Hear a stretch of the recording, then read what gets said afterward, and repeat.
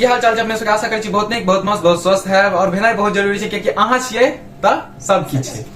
तो फिलहाल हम एहन टॉपिक लऽ गेलहुँ हैं जे हर व्यक्ति संगे, हर इंसान, हर लड़का लड़की सबके संगे भेल है। ई पप्पा जी के टॉपिक छै, मतलब बाबूजी के बाबूजी नहीं, दादी मम्मी बाबा दादी सब कहै छै कि हम जे छलियै हमर जमाना में तो ई भेलै, हमर जमाना में तो हम पोखर पार क के स्कूल चल जाय छलियै, तोरा सबके एतबी दूर नहीं जायल होइ छौ। तहन कहै छी हमरा पैर दर्द करऽ लागे छौ, तोरा सबके एतबी दूर जाइ छी त हम सब त नून रोटी खा के बॉडी बिल्डर छलियै। तू सब तोरा सबके त की कहै छियो, मतलब कतबो साग सब्जी खाइ छ तोरा सबके किछो नहीं होइ छौ, पतरे छै। हां और मतलब एहन टॉपिक मारता ना जकर जवाबे नहीं छै। एहन अहूँ सब में भेलै ना, बतायब हमरा कमेंट में। और किछ भेल है त हमरा सेहो बतायब, हमरा हम जे बता रहल छी ओके संगे और किछ भेल त बतायब। फिलहाल हमरा संगे ई सब होइए।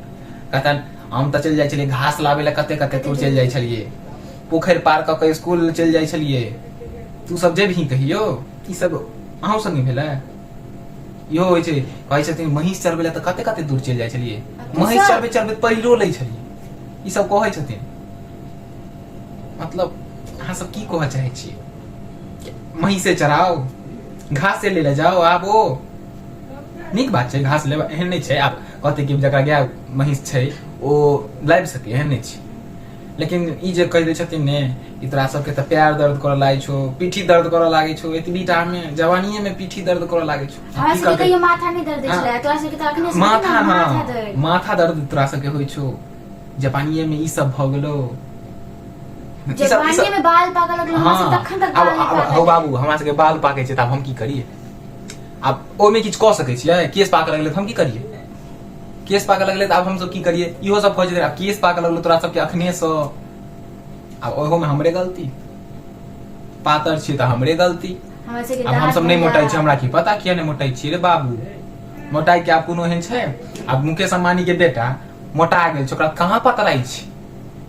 आब ओते बड़का आदमी छै, कहाँ पतराई छै? हम सब पातरे छी, नहीं मोटाई छी, कोनो बात नहीं। की भ गेलै? एनाहिते ठीक छी, नहीं मोटाई के हमरा सबके देखे छै मोट आदमी के चलरो नहीं होइ छै। एहि बात सच छै, देखे छै लथराइत रहै दू रत्ती दौड़त की भ गेलै, ओकरा सबके कहानी खत्म, ओते सुइत रहत पड़ि रहत। कनी दूर चले ला कहि दियौ, कनी सीढ़ी पर चले ला कहि दियौ त कहते नहीं हम एनाहिते ठीक छी, इहे ठम रही।